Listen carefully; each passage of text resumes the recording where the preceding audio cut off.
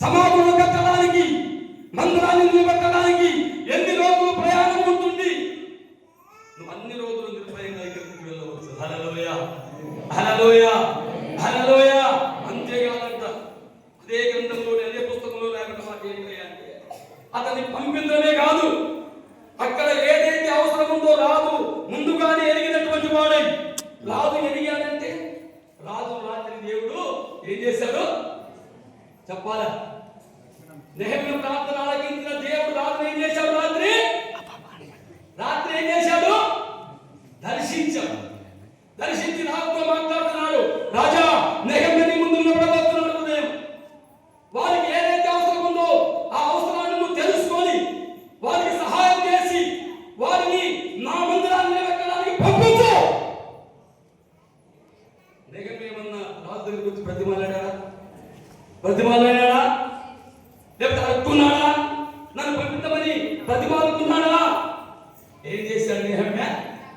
తన గుండెలో ఉన్న బాధనంతటిని దేవునికి అప్పగించుకొని కొత్త సపర్లు కట్టాడు. ఒక చిన్న విషయాన్ని జోడించి నేను వ్యాఖ్యానంలో ఇచ్చిన 10 నిమిషాలు ముందుకు చెప్తాను. నూతన నిబంధన గ్రంథంలో మొట్టమొదటి అధ్యాయంలో రాయబడినటువంటి మాట పడుతుంది. యేసుక్రీస్తుకు జన్మనిచ్చినటువంటి వ్యక్తి ఎవరండి? ఇది బాగా తెలుస్తుంది. కన్యక ఎంగేజ్మెంట్ జరిగినటువంటి ఒక యవన బిడ్డ లోక రక్షకుడికి జన్మనిచ్చింది. అవునా కదా? ఆమెకు గర్భం ఎలా వచ్చింది?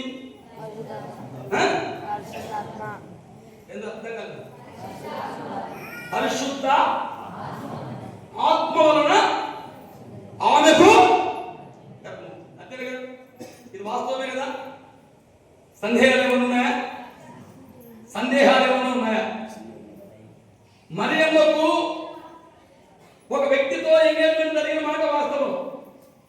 వీళ్ళిద్దరు యూదా వంశానికి చెందినటువంటి వాళ్ళే. వీళ్ళిద్దరు సొలొమోను బత్షెబకు, దావీదుకు బత్షెబకు పుట్టినటువంటి కుమారుల యొక్క సంతానం. యోసేపు సొలొమోను సంతానం అయితే మరియమ్మ దావీదు యొక్క 8వ కుమారుడైనటువంటి బత్షెబకు పుట్టినటువంటి 8వ కుమారుడు నాతాను సంతానం. ఇది ఒక పెద్ద చరిత్ర, మనకు అవసరం లేదు. అవసరం ఉన్నప్పుడు దేవుడు వల్ల అవకాశం ఇస్తే తర్వాత మాట్లాడతాం. దేవుడు బిడ్డలకు గమనించాలి. ఈ ఇద్దరు యూదా వంశానికి చెందినటువంటి వాళ్ళకు దేవుడు ఏం చేశాడంటే తాను రావడానికి ఇద్దరు వాడుకున్నారు. ఏది? ఎంగేజ్మెంట్ అయిన తర్వాత. అవునా కాదు? దేని వల్ల నాకు గర్భవతి అయింది? చెప్పండి, చెప్పండి కదా? అయితే ఇక్కడ ఒక పొరపాటు జరిగింది. మీరు గమనించారో లేదో, లేకపోతే మీరు చెప్పారో లేదో నాకు తెలియదు, కానీ యోసేపు తన ఇంటికి వెళ్ళి మంచానికి అడ్డంగా వండుకొని రహస్యంగా మరియమ్మను విడన ఇందాక చెప్పలేదు. నన్ను చెప్పండి. మంచానికి అడ్డంగా వండుకొని ఆలోచన చేస్తా చుక్కలు ఎంచుకుంటున్నాడు. వాడు ఎందుకు ఎంచుకుంటున్నాడో తెలుసా? ఒట్టని పని చేయడానికి పడిస తీసుకొని, రంపం తీసుకొని, ఉలి తీసుకొని, చుట్టె తీసుకొని పోతా ఉన్నాడు బజారు పట్టి. ఆడేవాడు అన్నాడంట, యేసేపు నీకు మరి ప్రధానమైంది రావాలండి. ఏంట్రా ప్రధానమైంది కానీ పెళ్లి కాలేదుగా? మరి పెళ్లి కాకుండా నీ భార్య గర్భవతి పెట్టాడు. పుల్ల ఏం పెట్టాడు? ఏం పెట్టాడు అతనికి? యోసేపు మంచానికి అడ్డంగా అనుకున్నాడు.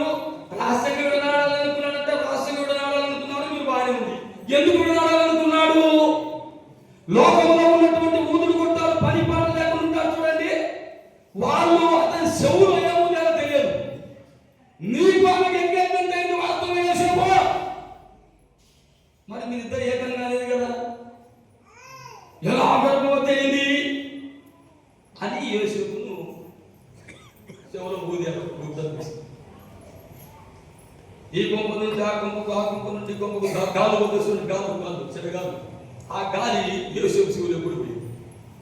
ఇతను ఏం చేశాడు అంటే నీతిమంతుడు కనుక, దావీదు వంశానికి చెందినటువంటి వాడు కనుక ఆమెను అడగలేక, ఆమెను ప్రశ్నించలేక రహస్యముగా తన నీతిని కాపాడుకోవడం కోసం ఏం చేశాడు అంటే ఆ పరిశుద్ధురాల్ని విడనాడాలనుకొని రహస్యంగా అతను ఏం చేశాడు, తన మనసులో బాధ పెట్టుకొని దిగులు పడుతూ ఉన్నాడు.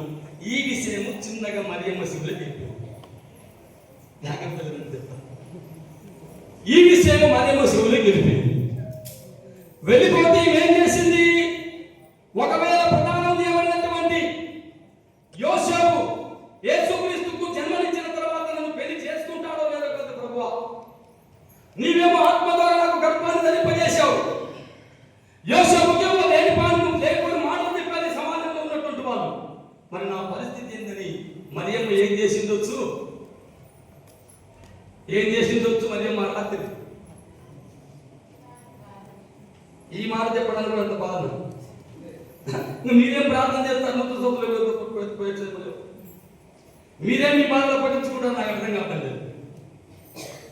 యోసేపు అడ్డంగా వండుకొని ఆలోచన చేస్తున్నారంటే యోసేపును సరిచేయాల్సింది ఎవరు? యేసుక్రీస్తు. హల్లెలూయా, హల్లెలూయా. యేసుక్రీస్తు సరిచేయాలంటే మరియమ్మ ఏం చేయాలి? దేవునికి సువార్త పంపించాలా, లెటర్ పంపించాలా? అయ్యా, నాకు ప్రధానమైనటువంటి వ్యక్తి దిగులుతో ఉన్నాడంటే సమాజంలో ఎవరో ఏమో చెప్పారు. తన గుండెలో ఉన్న బాధను ఆ రాత్రి మరియమ్మ దేవునికి అప్పగించుకున్నది. హల్లెలూయా, హల్లెలూయా. ఎప్పుడైతే మరియమ్మ తన బాధను దేవునికి అప్పగించుకున్నదో, తన గుండెలో ఉన్నటువంటి చింతను అప్పగించుకున్నదో, యోసేపును దేవుడు ఎప్పుడు దర్శించాడు? రాత్రి దర్శించాడా, పగలు దర్శించాడా? చెప్పాలి గట్టిగా. ఇవి ఏం చేసింది ఇక్కడ?